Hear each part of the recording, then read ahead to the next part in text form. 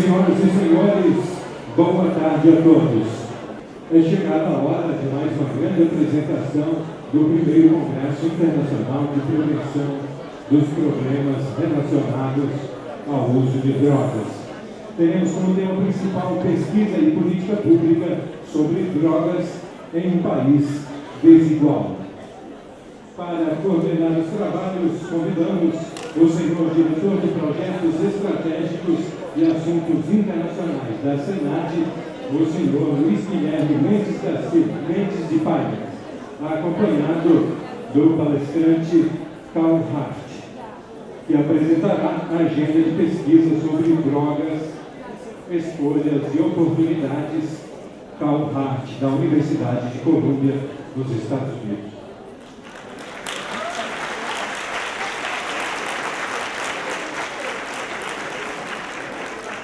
Boa tarde a todos. Muito prazer que nós estamos aqui. Não precisamos ouvir também.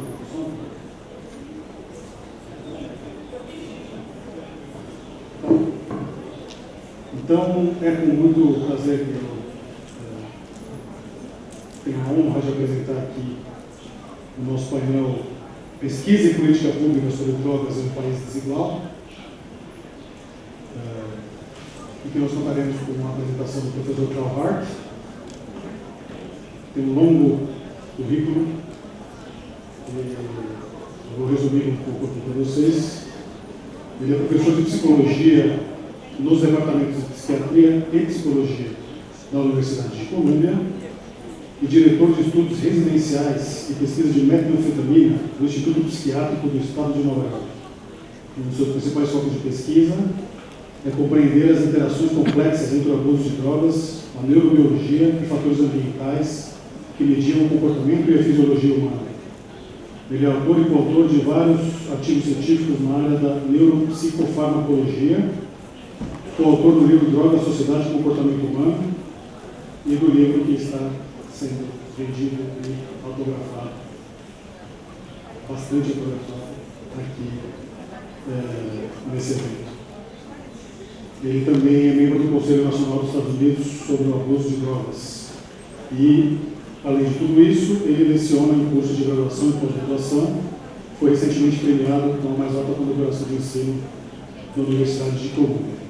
Eu queria fazer um agradecimento especial para todos que estão nos acompanhando pela transmissão pela internet e um abraço particularmente especial para os nossos amigos da comunidade dos países de língua portuguesa, que nos comunicaram que estão acompanhando esse seminário, esse congresso, e espero que na próxima edição nós tenhamos a vossa presença apresentando suas próprias experiências aqui nesse congresso.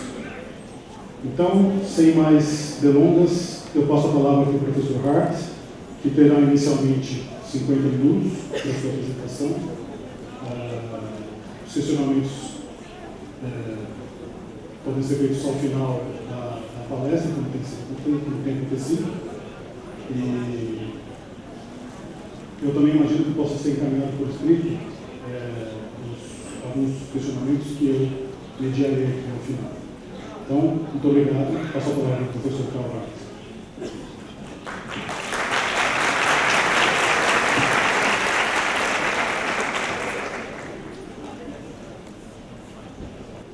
Dias, or the difference real dia.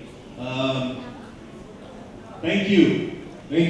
I will stand over here because I need to see my computer. Can everyone see me? Yeah.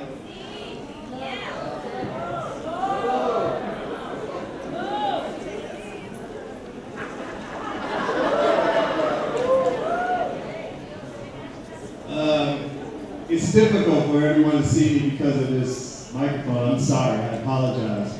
All right, let's get started. The title of the talk is called Drug Abuse Prevention. Drugs are not the problem. That's a provocative title, so it's provocative, but it's accurate. And I hope that we have a great conversation afterwards. If you like the talk, you can thank Andrea. She is responsible for much of the content if it's good. If it is bad, you can blame me, okay? So before beginning, I just want to say that you all should know some things about me. I grew up in the projects, or the hood, or as you all call it, the favelas. I came from a poor family, from a community where drug use was prevalent. I kept a gun in my car, I engaged in petty crimes, I sold and I used drugs. But I stand before you today, as you all have heard, a professor at a major university. And given my background, one of the things that I wanted to do was to try to make amends, or try to offer some help for other people who were in the similar situations as I was. So I eventually went to study to become a PhD. And I decided that I would study neuroscience in order to try to figure out why people were addicted to drugs. I figured that if I could understand the neurobiology of drug addiction, then I could solve drug addiction, and then I could solve the problems in my community, because I thought that drugs were the reason that my community was doing so poorly. And so this was back in the 1980s in the United States, 1980s, 1990s. We had a problem, we thought we had a big problem with crack cocaine. And many of us in the United States were upset because our Congress didn't do something about it. And so we pushed our Congress to do something about it. And in the United States, what our Congress did was to pass a law that punished crack cocaine 100 times more harshly than powder cocaine. The important thing here is that the law required that people who were caught with crack cocaine be sent to jail for a mandatory prison sentence of 5 years for small amounts of crack cocaine. Now, as I was studying and learning more about drugs and crack cocaine included, one of the things that I came across that changed the way I viewed drugs was this fact. I came across this fact. This fact is that 80 to 90% of the people who use drugs don't have a problem with drugs. So that means that the vast majority of the people who use drugs like crack cocaine and other drugs, they don't have a problem with the drugs. They are responsible people. They are people who are employed. They are people who take care of their families. They are, in some cases, presidents of the United States.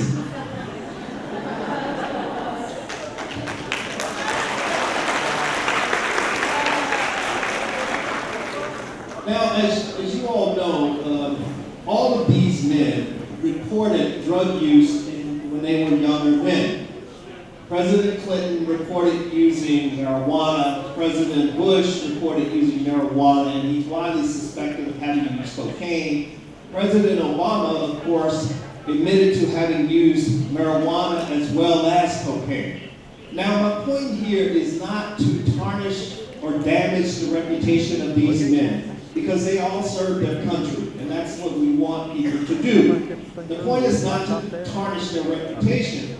The point is to make clear that drug use in itself, particularly in these men, did not lead to a downward spiral of debauchery and addiction.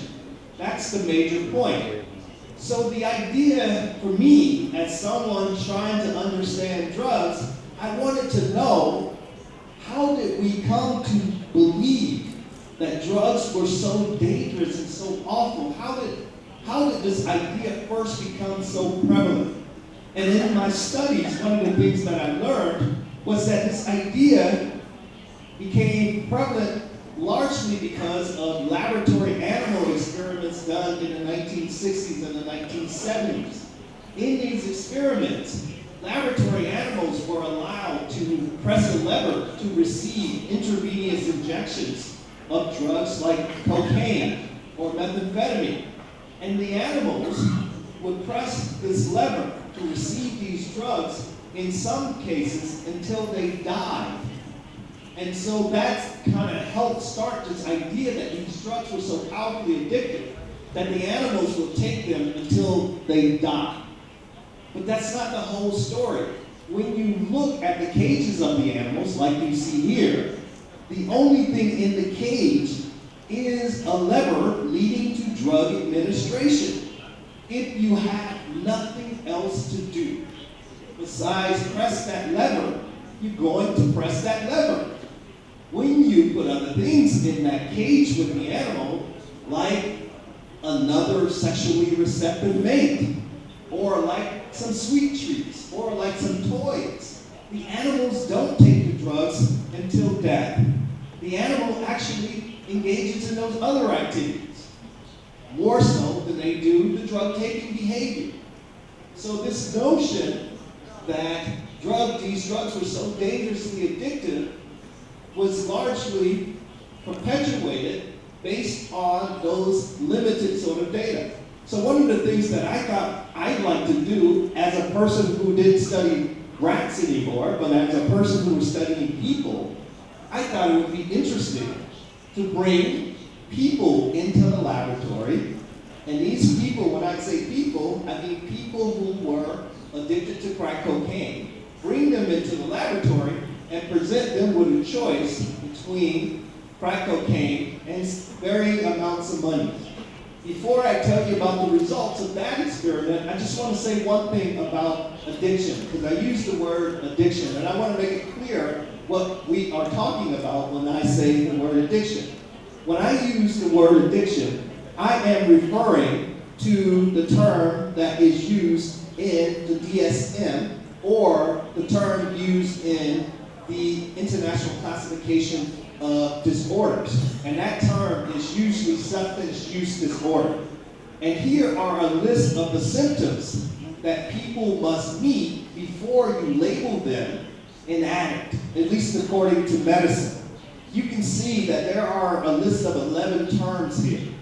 And people have to meet these terms prior to being labeled an addict.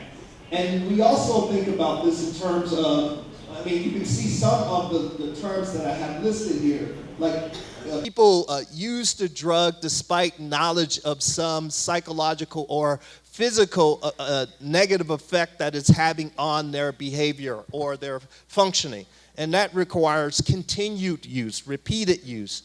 That's just one of the symptoms. There are a number of other symptoms: tolerance, withdrawal. Those are other symptoms. Now, the DSM also talks about severity.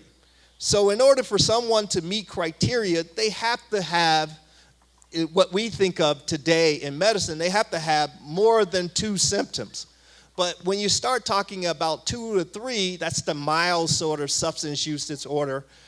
That's really mild. That's not what we're really talking about addiction. When we think about addiction, we're talking about more than 4 symptoms. When I use the word addiction, I mean the DSM criteria for substance use disorder.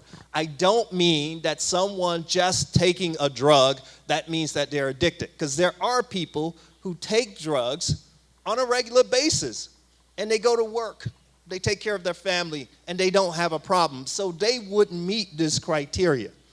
Think about your own alcohol use. People use alcohol in this way. They use alcohol, they go to work, they take care of their family, but when they're off, they may have a drink or 2. The same is true with cocaine, the same is true with marijuana.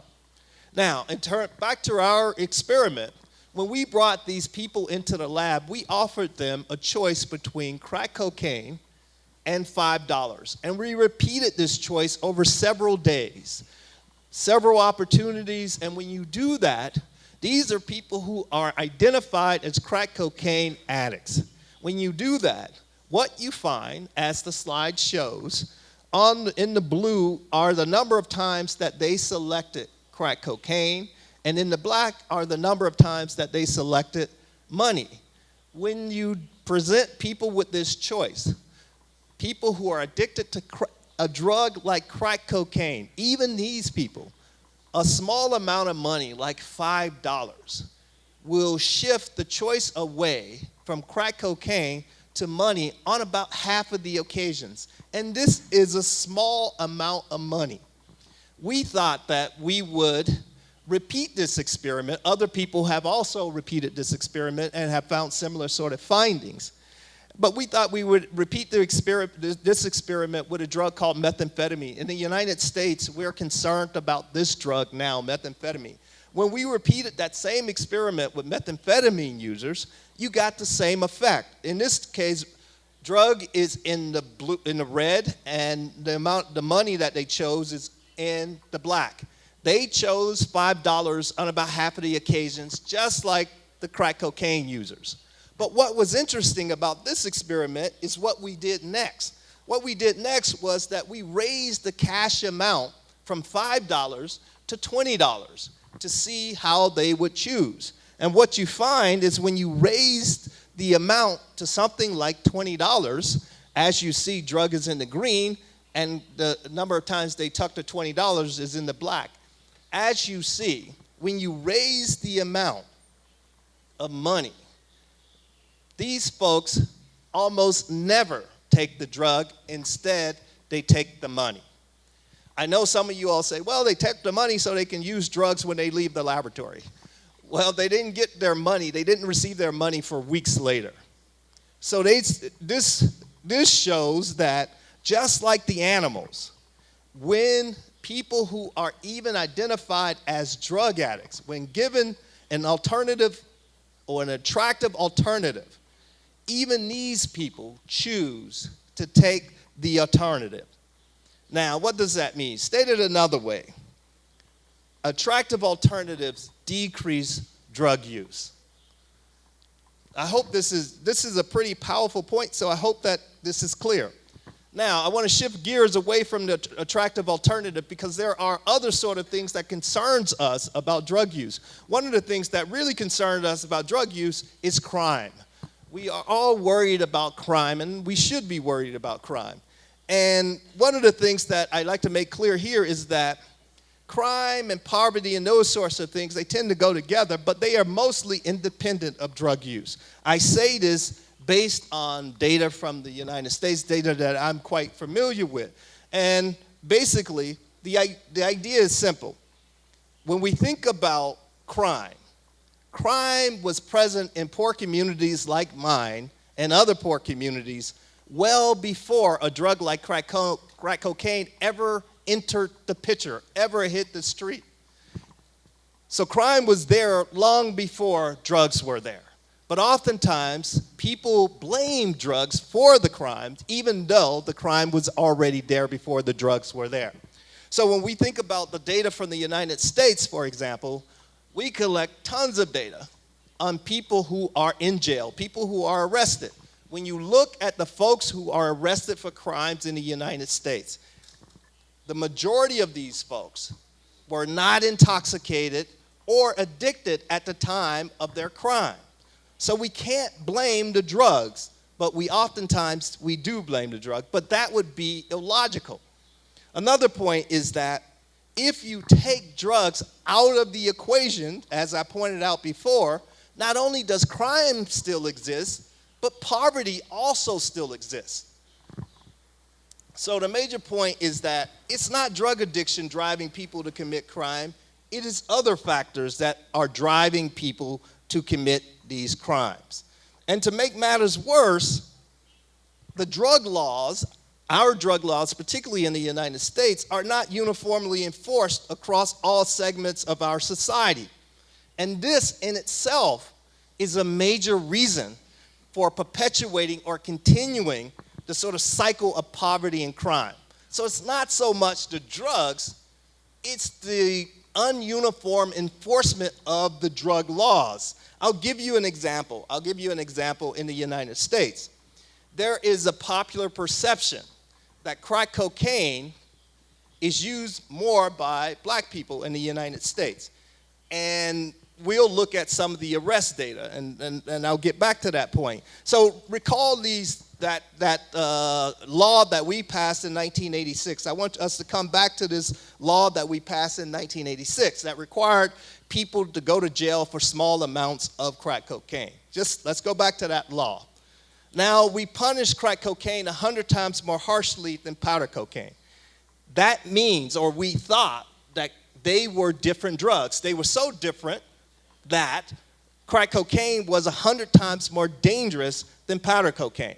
I want to show you guys a picture of powder cocaine and crack cocaine. If you focus your attention on the left side of the graph, that is powder cocaine. And on the right side of the graph, that is crack cocaine. And if you come back to the left side of the graph and focus on the red circle, that's the only difference between these two drugs. And that is that red circle identifies a chemical called a hydrochloride salt. It's just a salt. The only reason that it is attached to cocaine is to keep the cocaine stable. And that means that you can't smoke it. It doesn't have any biological activity, no pharmacological effects. It doesn't do anything to the body. But if you want to smoke it, you have to remove that portion from the cocaine. So one of the ways that you remove that from the cocaine is that you put your cocaine in water and add something like baking soda. You heat it up and let it dries, and then the hydrochloride portion is no longer there. But when we look at the pharmacological effects of these two drugs, crack and powder cocaine, they are identical. They produce exactly the same effects. Yes, it's true that when you smoke crack cocaine, the effects are more intense. That is true. However, if you dissolve powder cocaine in water and shoot it in your veins intravenously, it produces the same intense effects as smoking crack cocaine. The drugs are the same. Despite the fact that the drugs are the same, one of the things that we have been troubled by in the United States when we think about the fact that these drug laws are not uniformly enforced across all segments of the society, one of the things that has troubled us is this. This is the real injustice about these drug issues. Here's the real injustice. More than 80% of the people arrested in the United States for these crack cocaine laws are black, despite the fact that black people don't use the drug more than other people in the society. So in the black, you can see these are the black folks. In the sort of orange color, those are Hispanics. In the white, those are white people. You can see that the overwhelming majority of people arrested for these laws are black. There are other laws in our country, other drug laws, enforcement of other drug laws are equally bad. When we think about marijuana arrests in the United States, black people are 4 times more likely to be arrested than white people, even though they use the drug at the same rate. So all of these things become far more of a problem than the drugs themselves.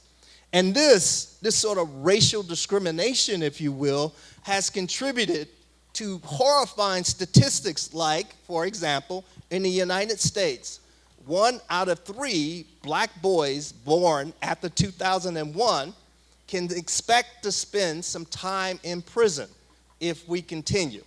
That's 1 out of 3. The same number for white boys is about 1 in 20. I mean, obviously, these kind of statistics horrify us in the United States. It certainly horrifies us as a nation, but you can imagine that it would horrify a black president, given that you have this disproportionate sort of negative effects occurring in this population. So our president, when he was running for the presidency in 2007, he said about those horrible crack cocaine laws, this is what he said. He said that judges think it's wrong, Republicans think it's wrong, Democrats think it's wrong, and yet it's been approved by Republican and Democratic presidents because no one has been willing to brave the politics and make it right. That will end when I'm president. This is what our president said about those horrible laws, because we all found it abhorrent in the United States. The question becomes, well, what did the president do? Because we can all talk a good game. Like me, I'm talking a good game to you now. We can all do that. But what did he do? That's the question, right? Well, what he did was signed into law a law that decreased the disparities in terms of the treatment of crack versus powder cocaine. It decreased the disparities from 100 to 1. So crack was no longer punished from 100 times more harshly than powder. It was now punished, as of 2010, 18 times more harshly than powder cocaine. Recall that I said that they were the same drug. Recall that I said that there is no reason to have this disparity. There's certainly not any pharmacological reason for this disparity. So this 18-to-1 sort of situation, I think, is inappropriate. And so I used the words of Malcolm X in a piece I wrote to say that I thought this was inappropriate. Malcolm X once said that if you stick a knife in my back 9 inches and pull it out 6 inches, there is no progress. The progress is when the healing of the wound, and you have to pull a knife all the way out before the wound can heal. So I don't think that was appropriate. And so that's the situation where we are in the United States in terms of crack cocaine versus powder cocaine. Even to this day, 80% of the people who are arrested for those laws are black. So it continues. And that's kind of a message for us. That's kind of a lesson for us. When we think about the politics of changing drug laws, it's difficult. It's very difficult. And politicians, for the most part, don't have the courage, don't have the will to do it unless the people really force them to do it. So don't look to the politicians. Look to the people. Now I want to shift gears a little bit here and talk about marijuana as well, because the crack cocaine issue, those are the major issues. I'm happy to take questions about it, but I realize today that marijuana is an issue here. Particularly as it relates to medical marijuana, as well as it's an important issue in the United States. In the United States, some of you all may know that we now have 4 states that have legalized marijuana for recreational purposes. So people who are of a proper age, 18 or above, they can smoke marijuana without legal consequences. So what I'd like to do now is to talk a little bit about some of the myths related to marijuana, because as we have these discussions about drugs, marijuana included, these myths dominate the discussion.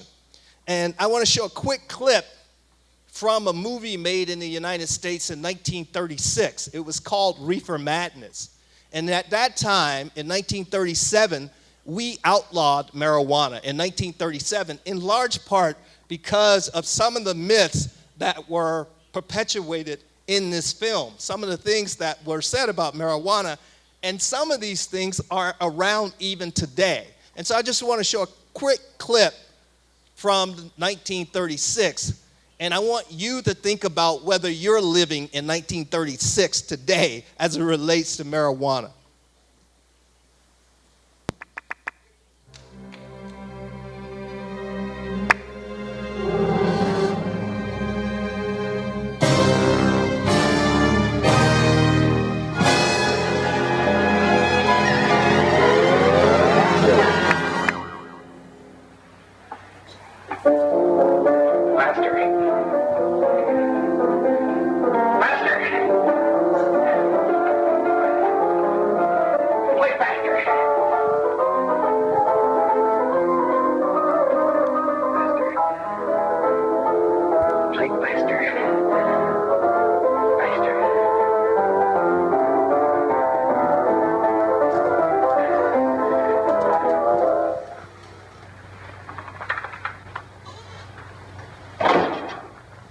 I know what you want. You want to kill me.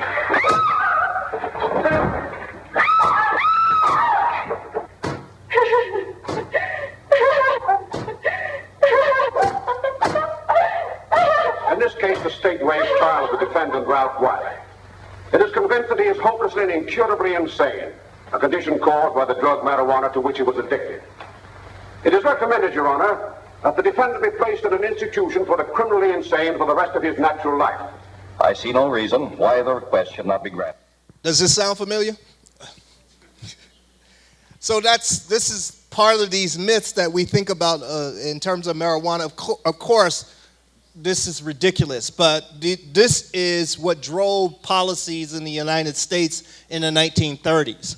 And current myths, the myths that are around today, you hear people say things like marijuana is a gateway drug to harder drugs, right? We hear these kind of statements. Now, I want to make clear that it is absolutely true. I want us to all understand this today as we go to our respective homes. It is absolutely true that most users of heroin and cocaine started out using marijuana.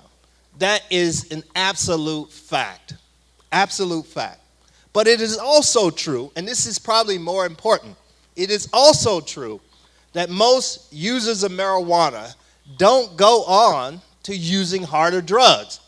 The vast majority of people who smoke marijuana don't go on to use anything else.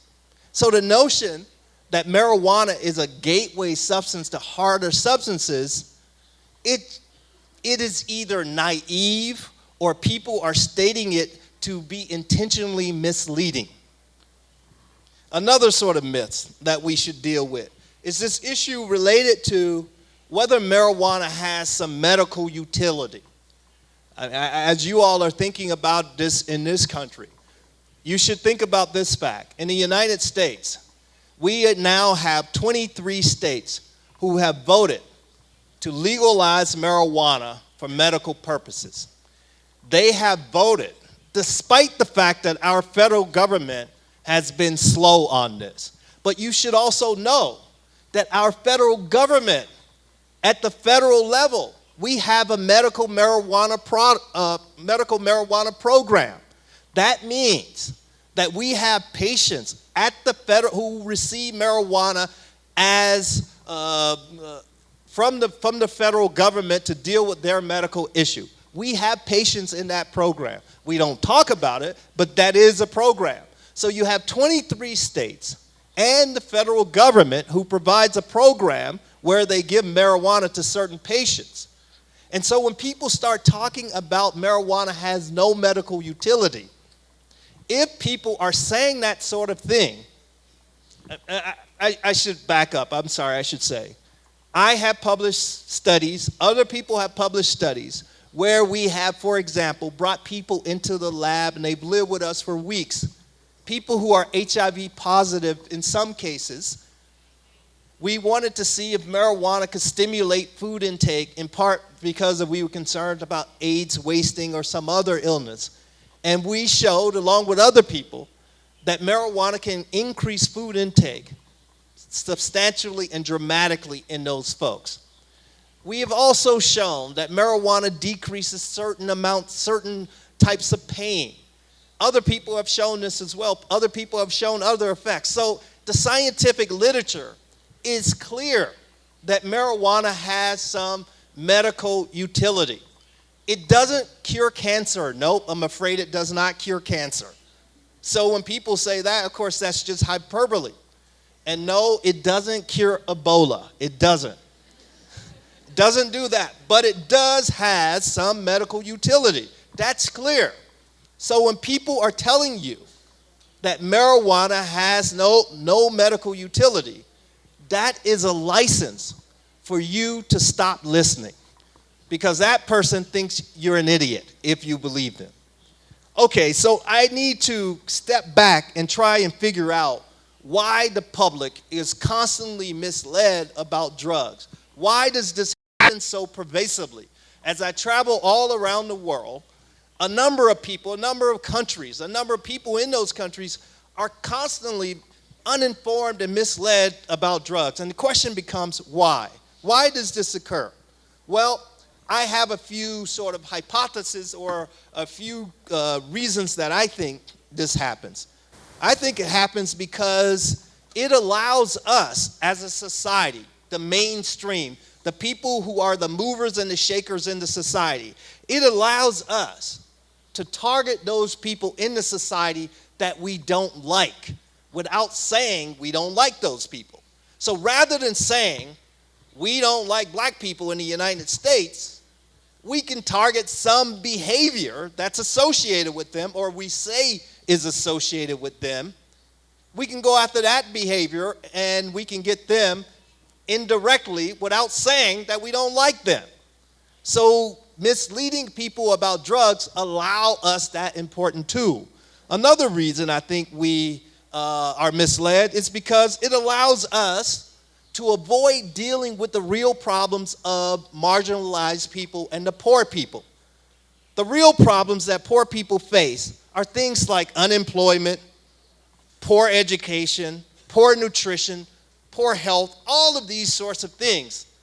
These are complicated problems.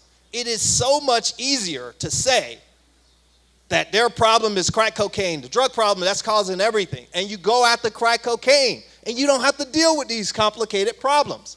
This is what many governments are comfortable doing.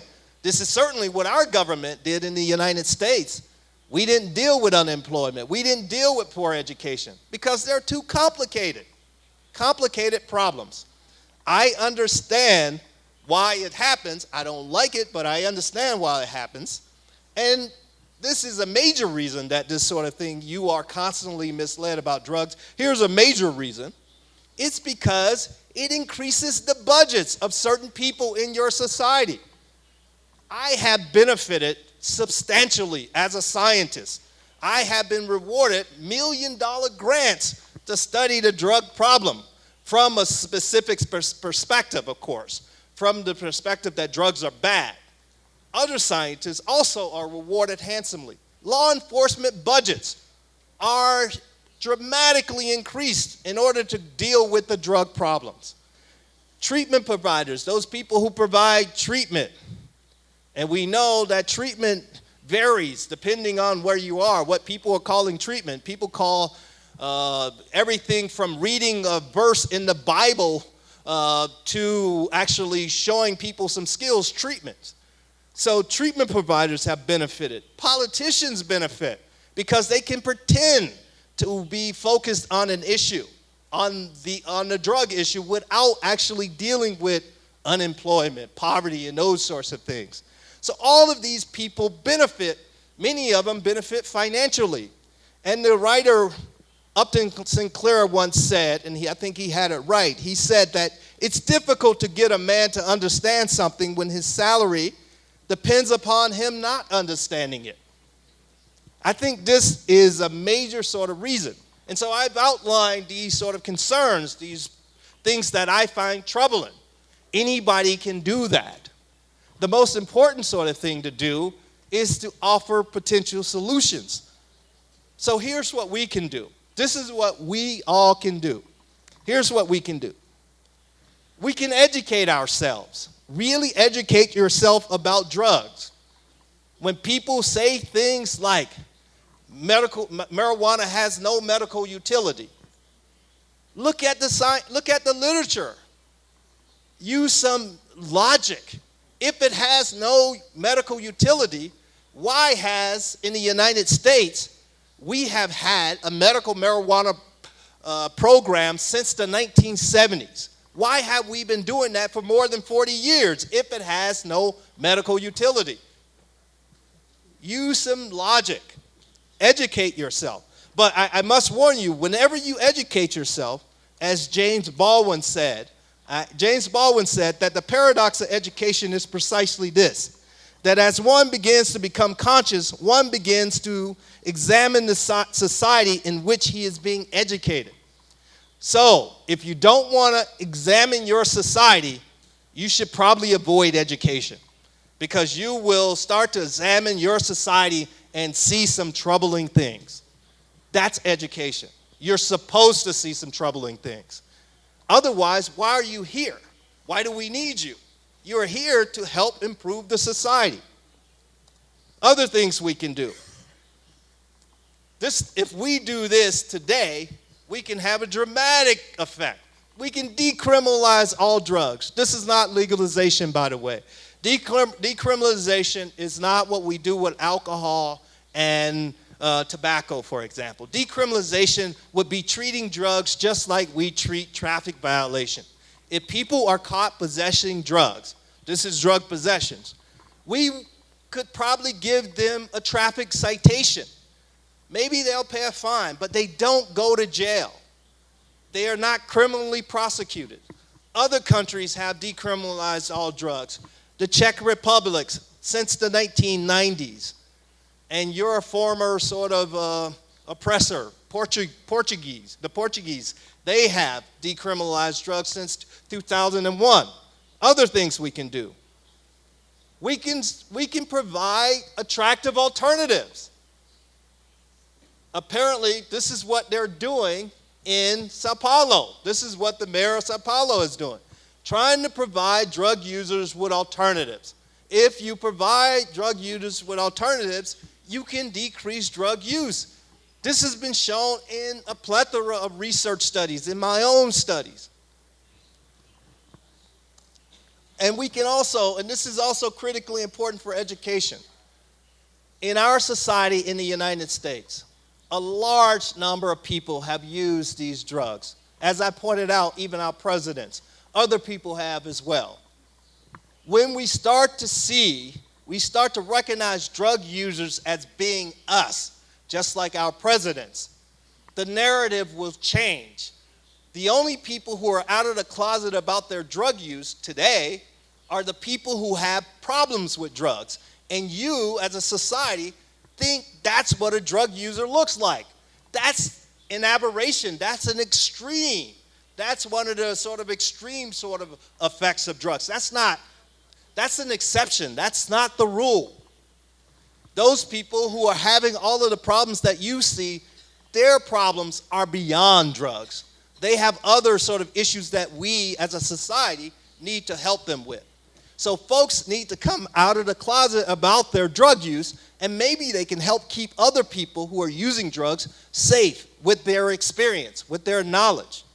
And finally, although this is critically important, I want to make this clear.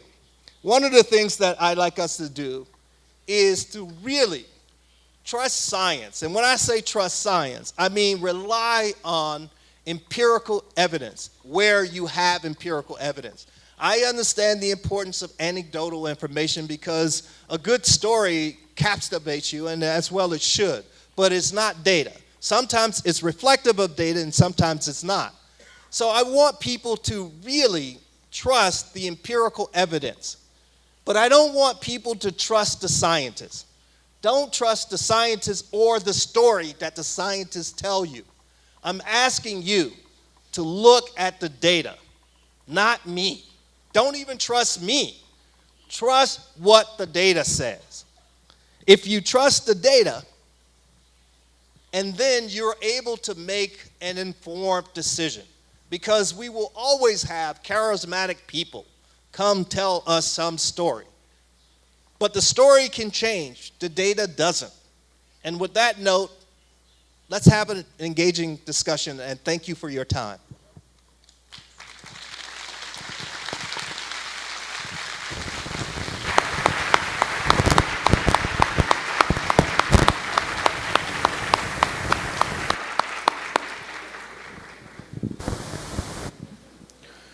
Gostaria de agradecer imensamente a palestra do professor Hart. Não precisamos nem usar o limitador de tempo, de forma que eu gostaria de abrir para perguntas. Vamos abrir para 5 perguntas. Boa tarde a todas e a todos. Meu nome é Carlos Lacerda, sou de Feira de Santana, na Bahia. A minha pergunta é o seguinte: você mencionou que alternativas atraentes diminuem o consumo de drogas e deu como exemplo o dinheiro. A minha pergunta é o seguinte: quais são outras alternativas atraentes que podem diminuir o consumo de drogas, o consumo de substâncias psicoativas. Você deu como exemplo o dinheiro. Eu gostaria de saber se existem outras alternativas atraentes para diminuir o consumo de drogas. Obrigado. Dr. Hart, meu nome é Sidney, eu sou do estado do Espírito Santo, em Vitória, e atuo na organização da sociedade civil chamada Instituto Vida. E estou representando esta instituição aqui neste seminário. Eu gostaria de saber do senhor, pela sua vivência, pela sua experiência, pelas suas pesquisas que o senhor já realizou, que o senhor nos desse um conceito de droga e o juízo diante das experiências que o senhor tem a respeito do que é a droga. Boa tarde, Moacir, do município de Mauá. Assim como você disse aqui, dos braços abertos, a gente tem aqui a Mires, coordenadora de saúde mental do município de São Paulo, assim como lá, São Bernardo, Santo André e Mauá, lá na região da Grande de São Paulo, e também em Budas das Artes, tem feito outros trabalhos oferecendo alternativas para o cuidado de pessoas que fazem uso abusivo ou são dependentes de álcool e outras drogas. Mas, infelizmente, na realidade do nosso Estado, além do Estado de São Paulo, não a Prefeitura, né, não financiar essas atividades, ainda criam manicômios ou outras instituições que trabalham com a internação e não com o cuidado. Queria que você falasse um pouco sobre a instituição de saúde mental, que aqui no Brasil está sendo muito utilizada, às vezes, inclusive com internações judiciais, de vez utilizar-se os presídios, que também nós não queremos que sejam presos os usuários de drogas, aí institui-se um outro presídio, que são as instituições asilares de internação em saúde mental para isso, né? E também tem um outro projeto que, como você falou, da criminalização da pessoa pobre, negra, que aqui no Brasil existe um grande grupo que está tentando reduzir o que nós chamamos de maioridade penal. Os adolescentes e crianças não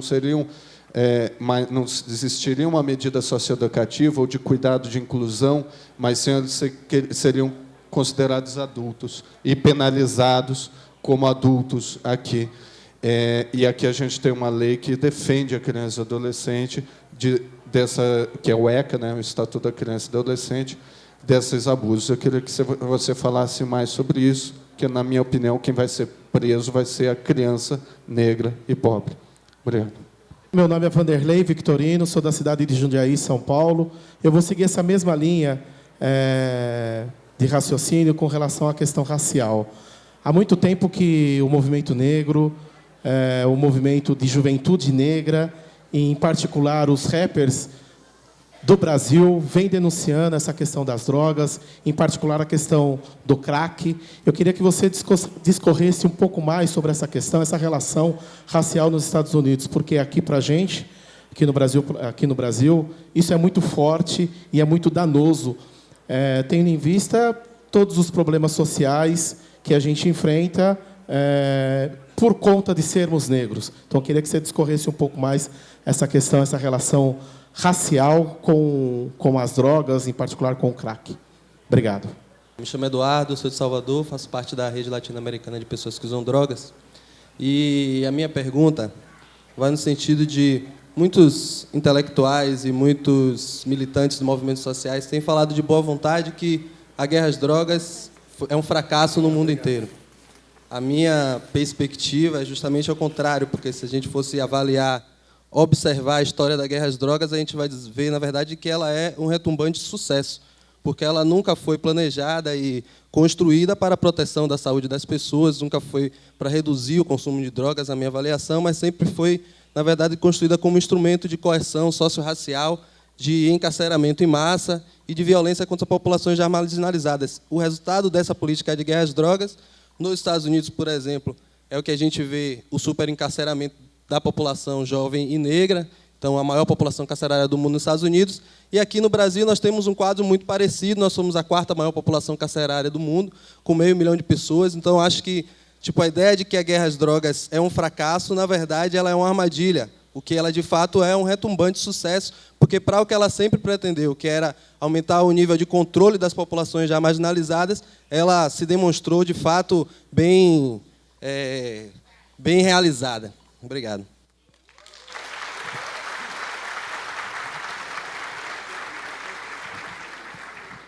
Boa tarde, doutor. Muito obrigado por o senhor ter aceito o convite da SENAD estar aqui nesse dia. Meu nome é Eugênio, eu sou lá de Cascavel, e já desde 2007 que eu atuo com muito comprometimento nessa causa. Eu tenho atendido, desde a época até hoje, mais ou menos 2.300 famílias, usuários de crack. Eu penso que o crack realmente é o grande responsável até por esse evento. Talvez eu penso que, se nós não tivéssemos esse advento da presença do crack muito presente na vida das famílias, talvez não sei se esse congresso nós estaríamos discutindo dessa mesma maneira. O que tem realmente contribuído e trazido a tragédia para a nossa sociedade, tanto que 70%, 80% das pessoas que estão presas têm relação direta com o uso das drogas. Então, as drogas trazem a violência também. Mas um dado importante que eu até quero discordar, e talvez até discutir, que se fala muito em população negra de usuários de drogas. Se eu tenho fotos até e mantenho isso no meu arquivo pessoal e mantenho o anonimato dessas pessoas, que é a base espiritual do programa que eu atuo, de que não é só pessoas negras que utilizam drogas. Pelo contrário, o que a gente tem visto nas ruas, por gentileza, eu respeitei todo mundo até agora, tá? Até porque eu tenho um filho e ele é bem branquinho, por sinal, e usa droga desde os 15 anos. Então, eu não estou aqui por brincadeira. Tá? Obrigado. As pessoas que eu tenho atendido, elas são, em grande parte, pessoas ditas-se brancas, não são pessoas negras. Tenho amigos que estão presos, famílias. Então, e outra, o que a gente vê nas ruas não representa, é só a ponta do iceberg. Lá na minha cidade, quando nós víamos pessoas usando drogas, a sociedade pode até pensar, não tirou aquelas pessoas de lá, acabou o problema de drogas. Não é verdade. Aquilo é a ponta do iceberg. O grande problema está dentro das casas. Eu mesmo penso assim, ó. Eu pensava, o meu vizinho, só ele tem problema com drogas. Quando eu fui ver, eu tinha dentro da minha casa. E o vizinho pensa a mesma coisa. Quando nós fomos ver, a maioria das pessoas estão sofrendo com essa tragédia. Tanto que a Organização Mundial da Saúde nos alerta que nos próximos anos vai ser difícil alguém que não venha ter um problema. Agora, se eu tivesse o poder na minha mão, se eu tivesse o poder de Deus na minha mão, de eliminar umas drogas, não seria o crack nem a cocaína que eu iria eliminar, seria o álcool. Muito obrigado.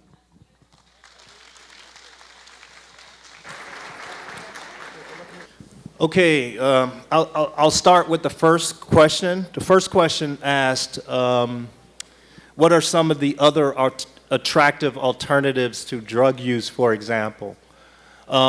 This is a question that's a really good question, thank you.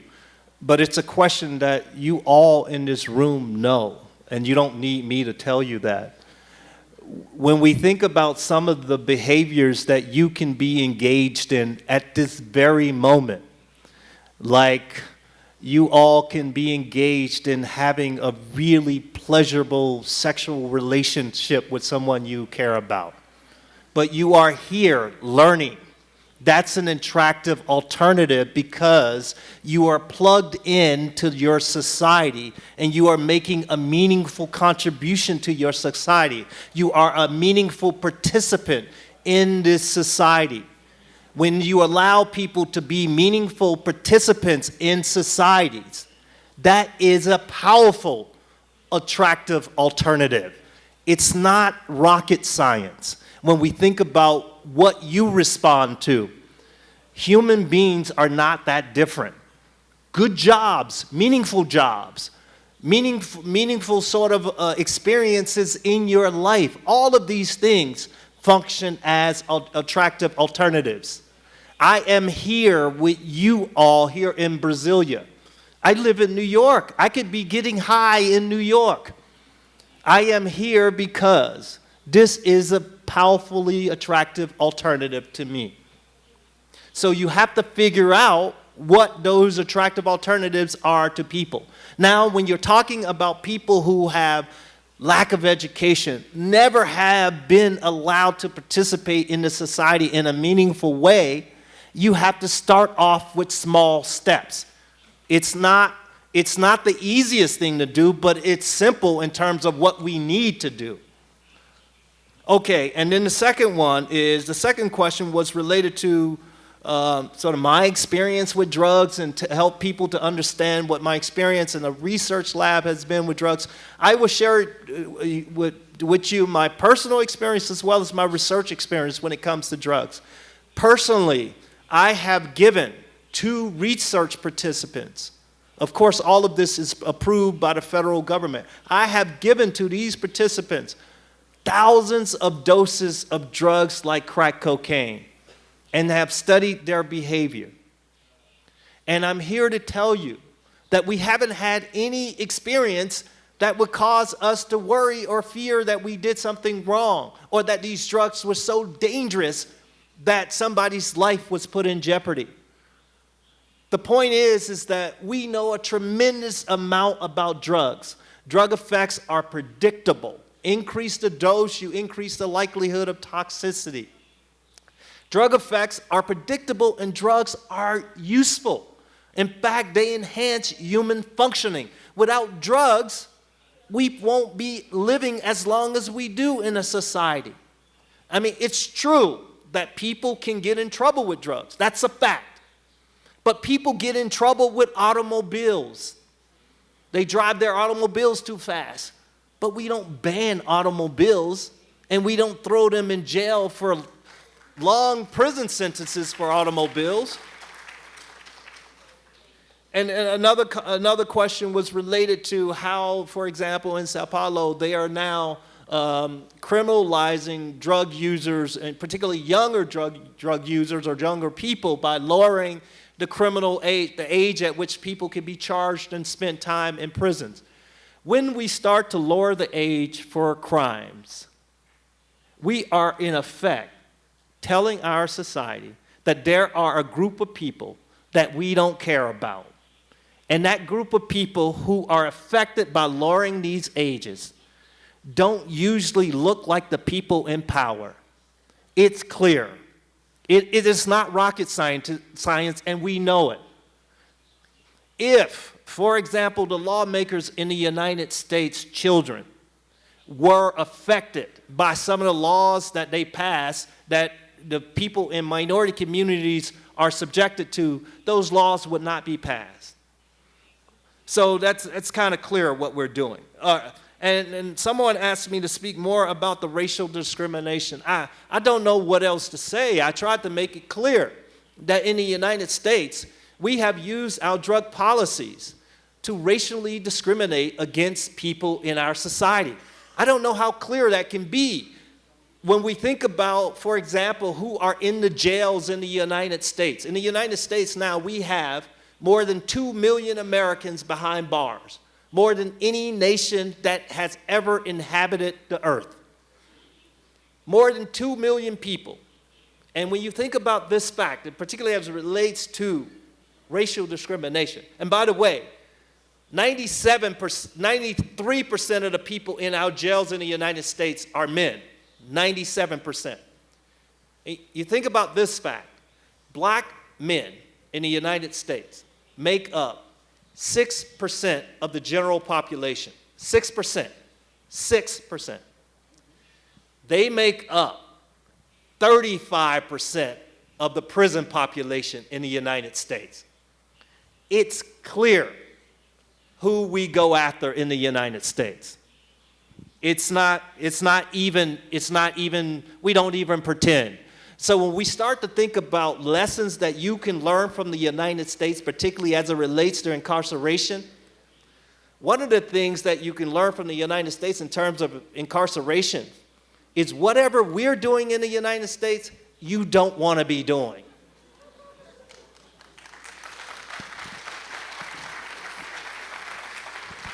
You don't want to be doing it if you care about human rights.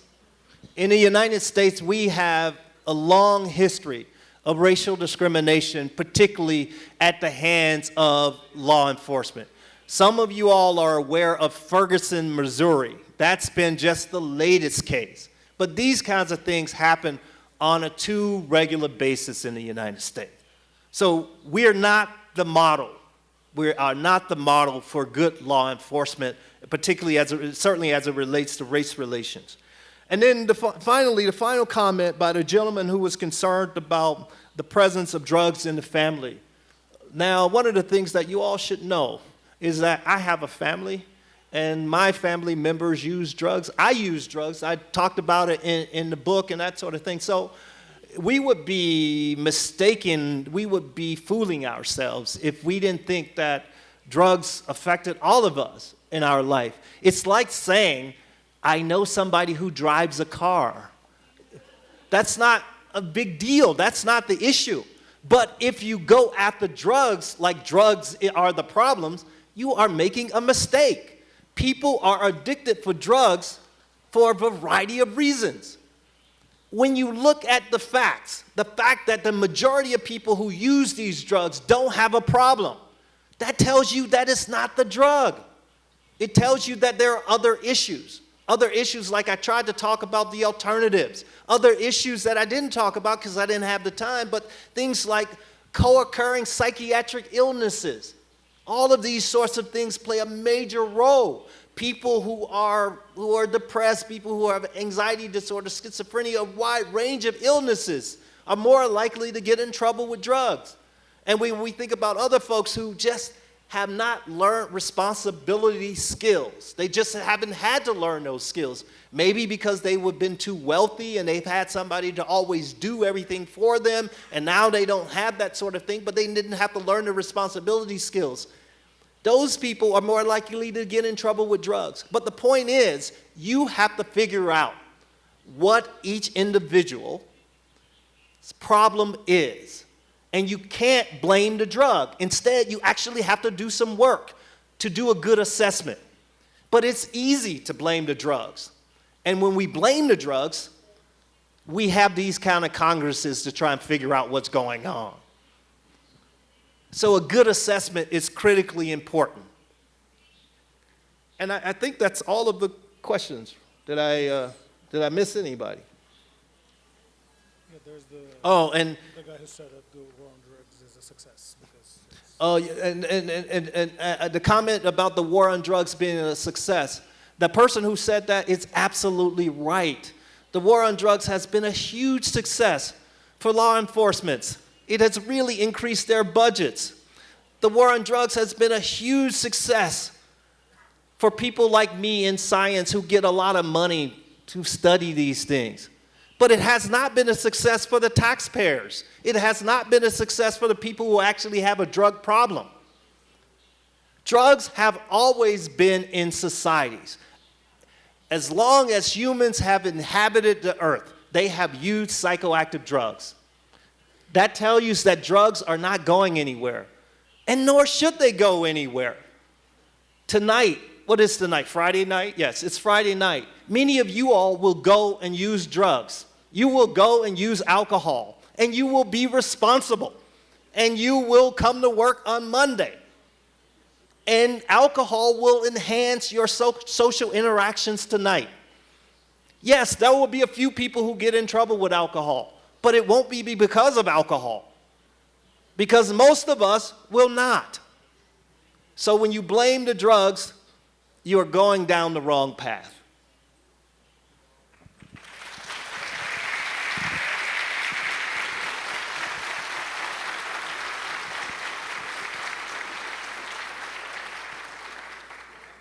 Eu acredito que nós tenhamos ainda tempo para mais, talvez, 5 perguntas.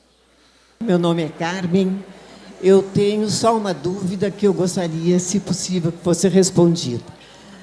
Até onde eu sei, o uso medicinal da maconha é feito pelo canabial e não pelo THC. Se eu estiver errado, peço desculpas. Eu gostaria de saber a diferença do canabiol para o THC. Simples assim. Obrigada.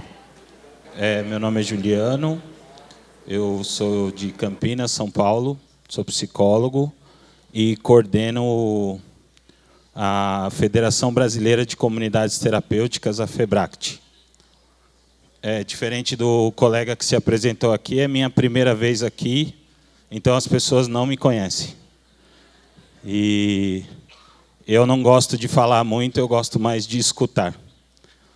Porém, eu acredito que,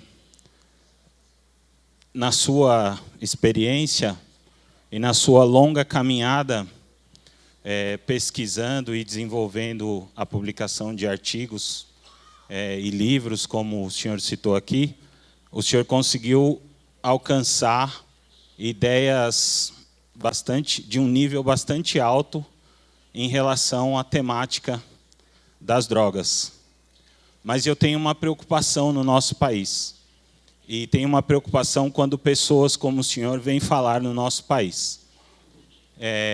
Algumas pessoas, profissionais da área da saúde, se empossam de discursos com ideias como as do senhor, e isso acaba causando uma negação da patologia que se instala no indivíduo que tem um consumo desenfreado e um sofrimento muito grande decorrente de um dos fatores serem o uso da droga.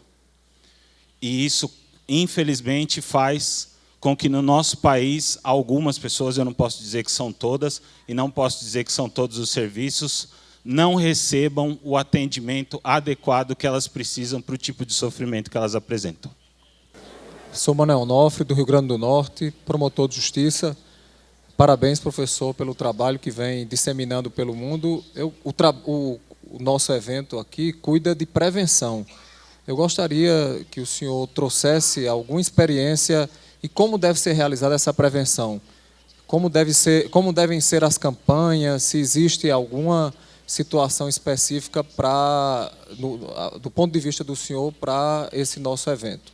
Meu nome é Semiramis, sou psicóloga, redutora de danos, que para o pessoal dos Estados Unidos é harm reduction. Sou uma operadora dessa lógica, atualmente no projeto Redes ligado ao SENAD. Em primeiro lugar, quero lhe agradecer por compartilhar de forma tão preciosa a sua história no livro. E lhe dizer que, nos últimos dias, o senhor e o seu livro têm sido a minha droga. Muito obrigada. Algumas colocações têm que ser feitas, especialmente se pensando no Brasil e sua dimensão, e de que, sim, temos uma grande maioria negra e pobre, mas em regiões como a região de onde eu venho, que é o sul do país, nós temos uma maioria branca e também pobre. Então, acho que também é importante a gente falar da criminalização da pobreza. Uma outra questão que eu gostaria de trazer é, aqui no Brasil, como eu falei, a gente tentou implantar a redução de danos ou harm reduction. Hoje nós somos muito poucos aqui. Quem são redutores de danos aqui, além de mim? Esses são os operadores que faziam o trabalho de troca de seringas ou as piteiras, protetor labial, água e outras coisas, mas, como o senhor viu, somos muito poucos. Eu gostaria de saber, embora saiba que não seja muito a sua área, o seu tema de pesquisa, o que o senhor acha da estratégia da harm reduction, se há uma efetividade. Muito obrigada.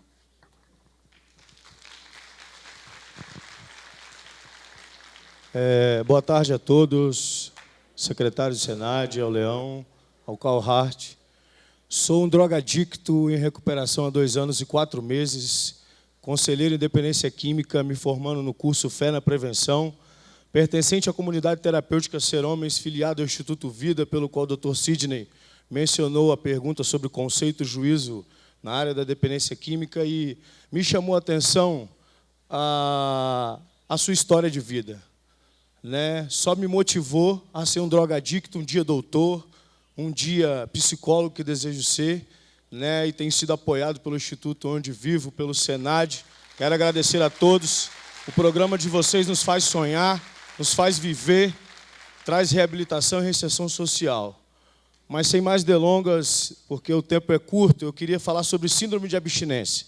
Pois fui usuário de crack, sofri de craving, sofri de paranoia, fiquei nas gretas da porta esperando policiais chegarem, não havia nada, e lido com pessoas hoje com as mesmas síndromes, com as mesmas angústias. E eu queria que o senhor falasse um pouco sobre do que é feito nesse acolhimento primário, nos primeiros 30 dias, que são onde nós, como comunidade terapêutica, mesmo com auxílio medicamentoso, com a introdução medicamentosa, perdemos muitos residentes pelo voluntariado e pelo livre-arbítrio do indivíduo de escolher a dar lugar ao craving. Queria que o senhor falasse um pouco de pesquisas americanas, do que o senhor tem feito, de como é a abordagem desse indivíduo, além do amor, do acolhimento, da paciência, além da medicação, o que a neurociência diz, o que eu posso aprender mais com o senhor nessa tarde para que esse indivíduo passe da primariedade. Porque depois dos 30 dias fica mais fácil, né? Mas esse estágio primário, mesmo com medicação, é muito difícil. E queria agradecer a todos. Salva de palmas para o SENAD.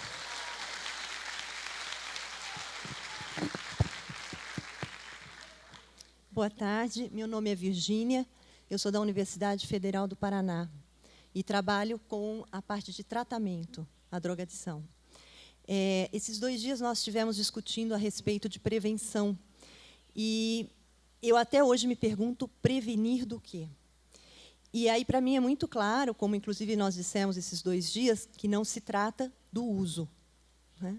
Isso é uma utopia. Nós não vamos prevenir o uso de alguma coisa que faz parte do laço social, né? Buscar estados alterados de consciência, seja através da meditação, seja através do sexo, ou através de alguma substância, faz parte de ser humano. Não temos como prevenir o uso. Se vamos prevenir a dependência, e aí, para mim, a questão se complica. Como o senhor mesmo disse, a dependência é complexa.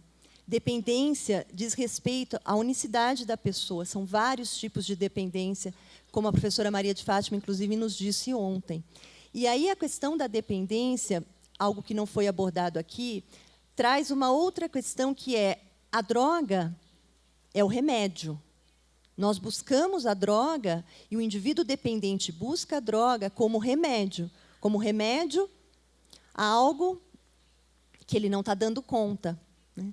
Nesse sentido, quando nós trabalhamos, então, na prevenção ou no tratamento da dependência, se oferecermos uma vida interessante ou coisas interessantes que não considerem a complexidade da dependência, nós podemos estar oferecendo apenas novas dependências, mesmo que seja dinheiro, mesmo que sejam relações sexuais, mesmo que seja comida, mesmo que seja comportamentos.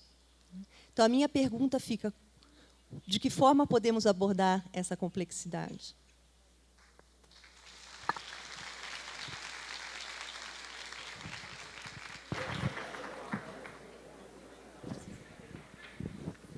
Okay, thank you all for those great questions. Great questions. The first question was the simplest. What is the difference between CBD, cannabinol, and THC? When we think about medical marijuana, I know there is a growing popularity, if you will, in people supporting CBD and not THC.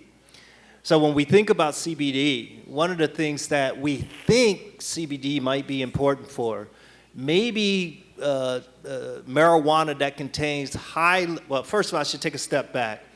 Marijuana contains 70 or so cannabinoids. These are compounds that are related to THC, and cannabinol, or CBD, is a cannabinoid. Now, when we think of CBD, we tend to think that marijuana that contains high levels of CBD might be helpful in helping people with epilepsies or certain types of epilepsy. Now, that hasn't really been shown, but we kind of all are operating under this assumption. But the THC, which is the compound that's probably more responsible for the euphoria or the intoxicating effects of marijuana is also in those cigarettes. It's not removed. And so when we also think about the studies that have looked at marijuana, there have been some studies that have removed everything out of the cigarette except the THC, and the THC seems to be the most important one for not only the euphoria, but even some of these medical effects. So when I hear people saying we should focus on CBD or only cigarettes that has CBD, I think that's naive. Because some people get intoxicated or there are some mind-altering effects, doesn't mean that it's necessarily bad. We can think about morphine, which we use for pain, a variety of these things. They have mind-altering effects. And so I think the state of the evidence right now says that THC remains the most important cannabinoid, even though there is excitement about CBD, which there should be. But don't be mistaken. Marijuana that contains CBD also contains THC. Okay, other questions, but I want to talk a little bit about the prevention question. The comment was outstanding in terms of what are we trying to prevent. That's the first thing we all have to understand. It's like, what are we trying to prevent? Are we trying to prevent drug use? Most of the people who use drugs don't have a problem, so that's not the major problem. The major problem are the people who have a problem. This issue of drug dependence, people who are addicted. That's our problem. So that's what we're trying to prevent. We're trying to prevent people who have those problems. And if we think about drug dependence, like the folks who can't live with the drug or they have these extreme behaviors, I want to make it clear. A few people stood up and talked about these folks who can't live without the drugs. Yeah, there are those people, but that's a minority. But the problem in our field is that we talk about them like they represent the majority. They don't. I'll assure you that. I've been in this field for 25 years. But that doesn't mean that we shouldn't help them. Because when we think about withdrawal symptoms can be really unpleasant. And in some cases, withdrawal symptoms can cause death. The withdrawal symptoms associated with alcohol dependence or alcohol withdrawal can kill you. And so we have medications, mainly benzodiazepines, that we give people when they're going through a withdrawal from something like alcohol, because you could actually die. We also have some medications that we give people who are going through withdrawal from a drug like heroin or any other opioid. While you can't die from an opioid or heroin withdrawal, the possibility of death is really low, almost impossible, or really difficult to achieve. While you can't die from opiate withdrawal, we do have medications to help make it easier. When we think about things like crack cocaine, we don't usually use medications to deal with the withdrawal from crack cocaine because we don't see that as being a major sort of physiological dependence. But you certainly can give people medications. You can give them other stimulants that you give orally that will be more safe or predictable effects. You certainly can do that, but that's just not one of the things that is currently a major strategy in medicine. And so, yeah, there are some people who have bad withdrawal symptoms, and you should deal with it, treat them. But please understand that that's a minority of folks. When we think about that, there was a comment related to the criminalization of poverty. I agree. And we have talked a lot about racial discrimination here, and that's an absolute fact. But around the world, including the United States, we also have some poor white drug users that we don't like and we imprison. We have that as well. And it's true that much of what we're talking about is the criminalization of poverty, the criminalization of people we don't like. Yeah, that's a fact. But you have to also acknowledge that there's this huge disproportionate effect on race. And that's all we're trying to do. We don't want to ignore that either. So, and then when we think about, the comment was, what do I think of harm reduction? My entire talk was harm reduction. Harm reduction is brushing your teeth so they don't fall out. Harm reduction is putting on a seatbelt. We all engage in harm reduction. So when we think of drug use, harm reduction is first understanding drug effects, and then you help people to decrease the likelihood of negative drug effects, and you increase the likelihood of positive drug effects.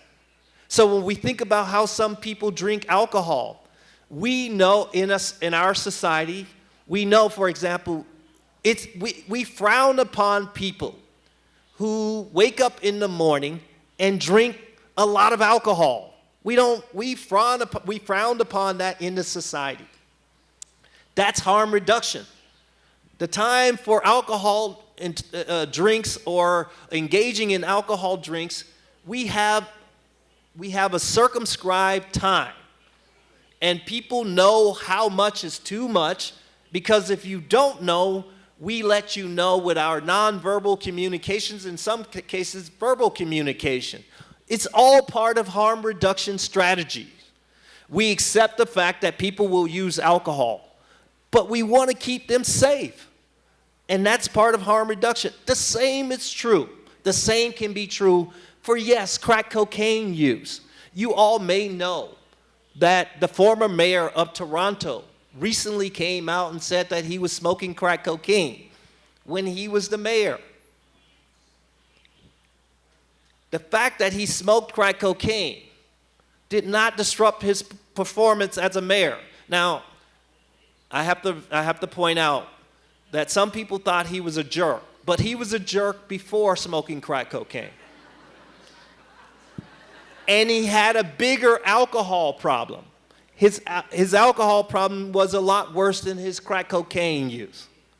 And so the point is, if we vilify the drug, it decreases the likelihood that we are going to implement appropriate harm reduction strategies. So you can't vilify the drug if you want to keep people safe, because there are always going to be people who use the drug. As a responsible society, we want to make sure those people who use the drugs do not burden the society overwhelmingly, that they do not harm the society. And there are some things that we can do to ensure that happens, and also to ensure their safety.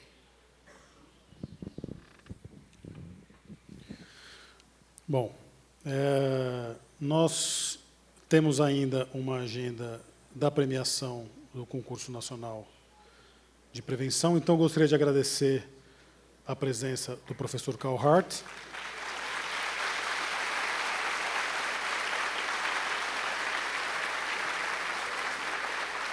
Eu gostaria de pedir que ele esperasse um pouco conosco aqui na primeira fileira para a premiação do concurso nacional, e passo a palavra agora para o mestre de cerimônias. Eu queria agradecer muito a presença de todos. Obrigado, doutor Guilherme. Ele também pediu para avisar que fará o autógrafo dos livros ao final do evento, no fundo do auditório. Então, as pessoas que estão se reunindo aí ao lado. Obrigado, doutor Guilherme. Thanks, sir.